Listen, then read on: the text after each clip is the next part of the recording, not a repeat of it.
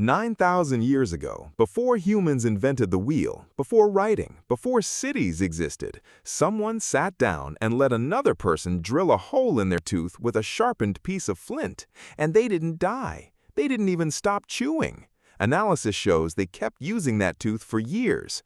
So how did ancient humans actually survive tooth pain? And why did some of their treatments work better than the garbage we were doing 2 centuries ago? Let's go. Here's the thing nobody talks about enough. Tooth pain is different from other pain. It's not abstract. It's not somewhere on your body that you can look at and think, well, that's unfortunate. It's inside your skull. It's vibrating through bone. It's the kind of pain that makes rational people consider head-butting walls just to create a competing sensation. And for most of human history, there was no ibuprofen, no numbing gel, no dentist with a tiny mirror and a reassuring voice telling you to open wide. When we picture ancient humans dealing with this, we picture something between a horror movie and a cartoon. A big guy with a rock, a string tied to a door, maybe some herbs, maybe honey, maybe a prayer, and a lot of screaming. We assume they just yanked teeth out until there were none left, then gummed their food into submission and died young. Except that's not what the archaeology shows, not even close. The real story is that ancient humans weren't just surviving tooth pain, they were treating it, engineering solutions for it, performing procedures so sophisticated that they predate the pyramids, the wheel, and the very concept of civilization. And some of their ideas were so good, we're still using the same logic today, while others, backed by the most respected minds in history, were so wrong they lasted 4,000 years. Let that sit for a moment. 4,000 years of wrong. Let's start at Mehrgarh. It's a prehistoric farming village in what is now Pakistan. Researchers examined 11 drilled teeth from 9 adults who lived there between 7,500 and 9,000 years ago. The holes were bored using sharpened flint points, meaning humans were performing deliberate dental procedures before they'd invented the wheel, before writing, before anyone had thought to stack stones into a wall and call it a city. And here's the detail that changes everything. Analysis of those teeth shows continued wear on the drilled surfaces after the procedure, direct physical evidence that these ancient patients lived on and kept chewing normally for a significant time post-treatment. This wasn't a desperate, fatal last resort. This wasn't hold him down and hope for the best. This was dentistry, planned, executed, survived. Think about what that required. You need a tool sharp enough to cut enamel, but controlled enough not to shatter the tooth. You need a patient willing to sit still while someone grinds stone against bone. You need to know when to stop. And you need to do all of this without anesthetic, without antibiotics, and without any framework for understanding what infection actually is.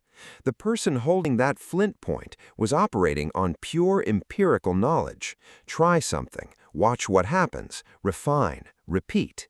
That's not primitive. That's science without a textbook. But Mehrgarh isn't even the oldest evidence we have.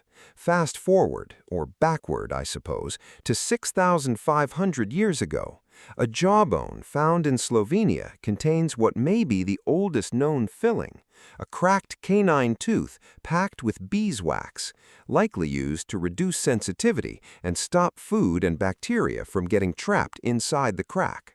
It's startlingly early, and the logic is identical to what your dentist does today. Find the opening, seal it, protect the nerve.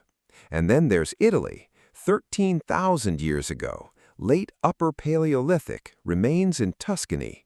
Researchers examining incisors found holes drilled down into the pulp chamber, and inside those holes, a mixture of bitumen, natural tar, plant fibers, and hair, a combination that functioned as both an antiseptic and a physical plug, essentially performing the same dual job as a modern resin filling. 13,000 years ago, someone was doing composite dentistry without electricity, without a dental school, without even agriculture. Let that sink in. The filling in your mouth right now uses the exact same logic as a tard and hair plug invented by someone who hunted mammoths. We just swapped the ingredients. Okay, so they could drill, they could fill, they could build functional prosthetics. But here's where the story gets genuinely fascinating. Because alongside all that engineering, there was a theory so wrong, so persistent, so universally believed that it outlasted most entire civilizations: the tooth worm. The theory first shows up in Mesopotamian texts around 5000 BCE. The idea was simple, intuitive, and completely incorrect. Tiny worms burrowed into your teeth and caused decay. You could feel them wiggling. You could see the damage they left behind.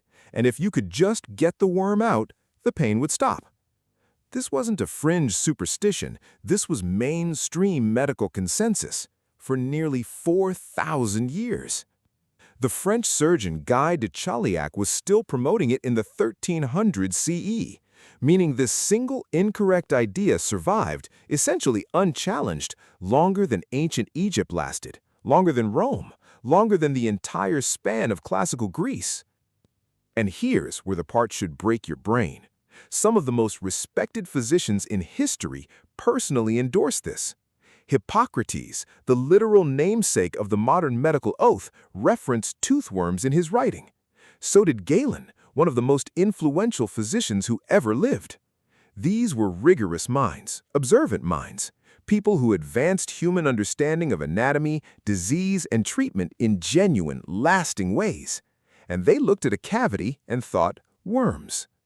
Why? Because without microscopes, the theory felt intuitively correct. A drilled-out cavity really does resemble worm damage in wood. The channels are similar, the destruction pattern is similar. If you've never seen bacteria, never conceived of microscopic organisms, tiny creature eating my tooth from the inside is actually a reasonable guess. It was wrong, spectacularly, persistently wrong. But it wasn't stupid. It was the best explanation available with the tools they had. And that creates a genuinely unsettling question.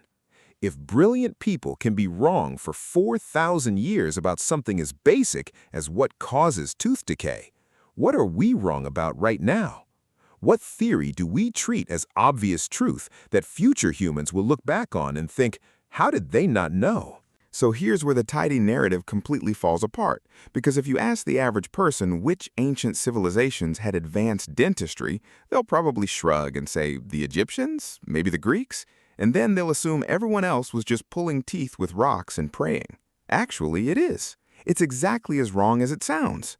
Let's talk about the Etruscans. Between roughly 700 and 200 BCE, in what is now Italy, Etruscan dental workers were carving replacement teeth from animal teeth and fastening them into the mouth using gold wire bridge work. Sturdy enough for real chewing, functional gold dental bridges over 2,700 years ago. A level of prosthetic engineering most people assume didn't exist until far more recent history. They weren't just replacing missing teeth, they were building load-bearing structures in the human mouth using precious metal and biological material. That is not folk medicine, that is biomechanical engineering. And then there's Egypt. Ancient Egyptian medicine was already specialized enough to have dedicated practitioners known as toothers, not general physicians who also looked at teeth, specific dental specialists. The earliest dentist known to us by name, Hesi-Ray, held this specific role in Egyptian society over 4,600 years ago, making dental care one of the very first medical specializations in recorded history. Think about what that implies. Egyptian society was complex enough, organized enough, and medically sophisticated enough that person who fixes teeth was a distinct job category. Not a side hobby, not something your uncle did when you wasn't farming, a profession with a title, with enough demand to justify the specialization. This inverts what most people assume about which ancient civilizations were the advanced ones. We picture Rome with its aqueducts and assume they must have had dental schools. Very few trepan skulls from Rome, and as we covered in another video, they were surprisingly conservative about skull surgery. We picture Egypt with its pyramids and assume they must have drilled teeth constantly.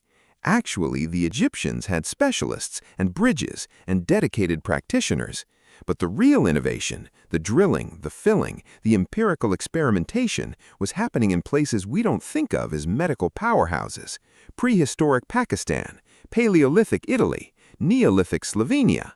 The history of dentistry isn't a straight line from primitive to advanced. It's a scatterplot, brilliant solutions appearing in unexpected places alongside ridiculous theories that persisted for millennia because they felt right. But not every ancient culture approached tooth pain the same way, and some of their solutions were so different from ours that they barely look like medicine at all. In ancient China, some traditional remedies for dental pain involved wrapping small pieces of parchment inscribed with prayers and incantations directly around a painful tooth, treating dental pain as something to be addressed through ritual language, not just physical substance. You didn't take a plant, you didn't drill a hole, you spoke to the pain, or had someone speak for you. The words themselves were the treatment. To a modern observer, this looks like pure superstition, and maybe it was. But before you dismiss it entirely, consider this. Pain is not just physical, it's psychological, it's contextual. The experience of pain is shaped by attention, by fear, by the story you tell yourself about what the pain means.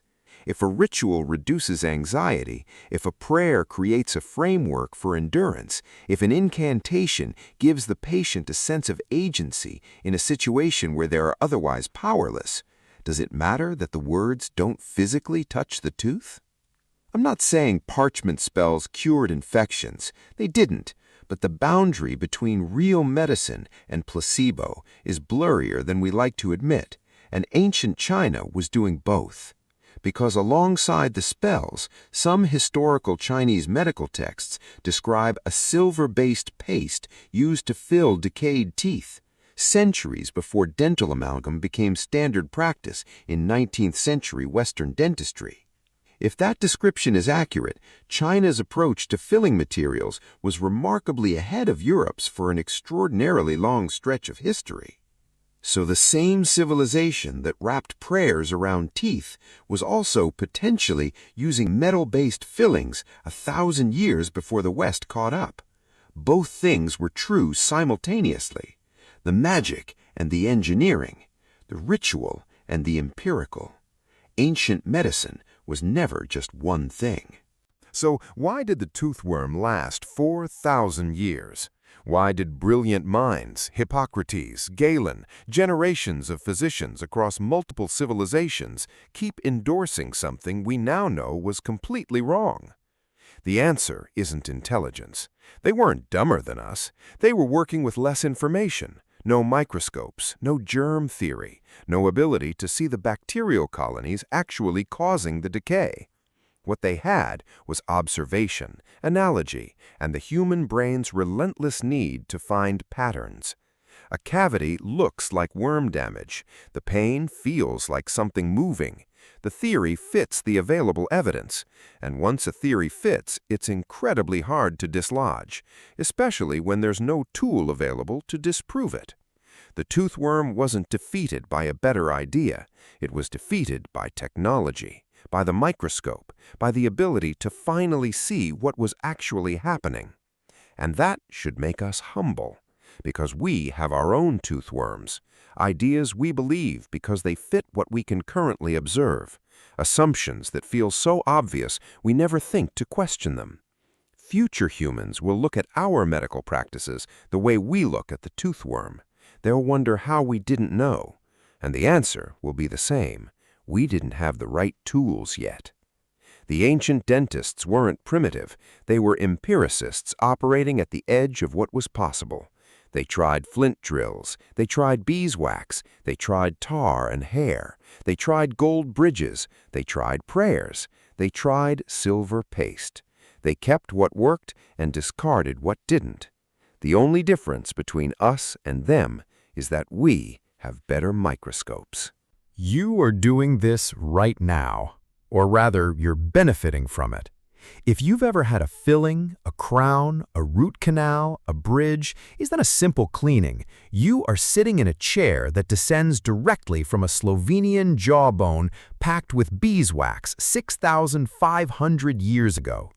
The dentist who numbed your gum is using the same logic as that Pakistani flint driller.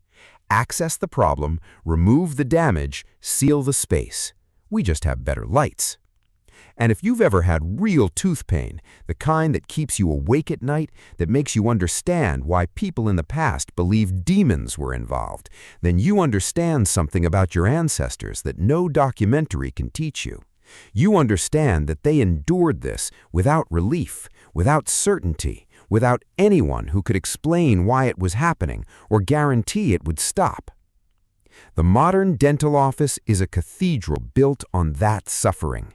The reclining chair, the suction tube, the composite resin, the X-ray that sees what the eye cannot, all of it is the descendant of empirical knowledge accumulated across millennia by people who were just trying to make the pain stop. Some of their solutions were genius, some were nonsense. All of them were attempts to solve a problem that is older than civilization itself. So here's what I want to know.